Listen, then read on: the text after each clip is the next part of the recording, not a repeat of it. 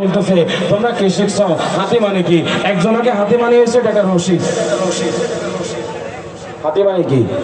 এটা একটা রশি। আরেকজনে বলে না হাতি মানে এটা গাছের মতো, ওই ঠ্যাং ধরে কাটার গাছ। হাতি মানে হলো একটা গাছ।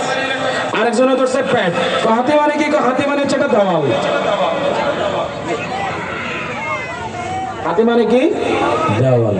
এক একজনের এক এক দশা। আসলে হাতি মানে কি এগুলা? এরা যে অন্ধ, চোখের মধ্যে জ্যোতি নেই, এখন হাতির এক একটা সাইড করে মনে করতেছে এটাই হাতি।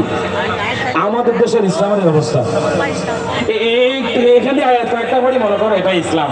এটার বাইরে যে ইসলামের আরো অনেক কথা আছে, ওটা খেয়াল করে আমার দিন শেষে হুঁশ ফিরে আসে।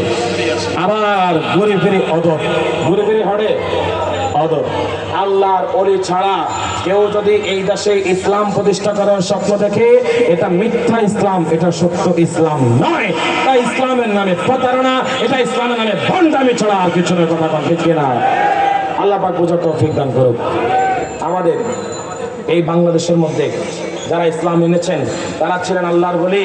এই জন্য আপনারা দেখবেন আজকে ক্ষমতার জন্য অনেকেই মন্দিরে মন্দিরে দৌড়াদৌড়ি করছে, আর আল্লাহর ওলিদের কি পাওয়ার, কি বেলায়েতের পাওয়ার, কি রুহানিয়তের পাওয়ার।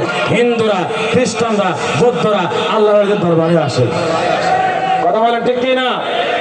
খাজা গান, খাজা গরিবে নওয়াজের মাজারের দিকে আপনি তাকান, সেখানে মুসলমানদের যেমন ঢল নামে